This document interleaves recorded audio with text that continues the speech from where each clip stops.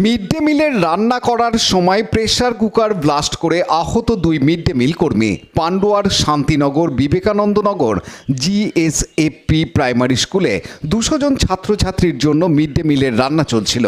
সেখানে ভাত, ডাল ও ঘুগনির আয়োজন ছিল। প্রেসার কুকারে ঘুগনির মটর সেদ্ধ করতে গিয়ে ঘটে বিপত্তি। আচমকায় ব্লাস্ট করে প্রেসার কুকার। তাতে আহত হয় মিলি দত্ত ও আরতি লোহার নামে দুই মিড ডে মিল কর্মী।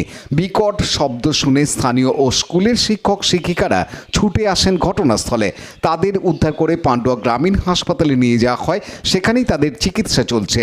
দুজনেরই মুখ ও হাতে গুরুতর আঘাত লাগে। স্কুলের রান্না করার সময় প্রেসার কুকার বাস্ট করার জন্য অ্যাক্সিডেন্টটা ঘটেছে। কজন আহত, কীরকম কি? দুজন আহত হয়েছে, স্টিমটা গেছে, তাতে যা ক্ষতিগ্রস্ত হয়েছে। একজনের স্টিচ পড়েছে কপালে একটা। কারা ওনারা যারা আহত হয়েছেন? লিলি দত্ত আর আরতি লোহা, মিড ডে মিল কর্মী। মিড ডে মিল কর্মী। স্কুলের কোনো ক্ষয়ক্ষতি?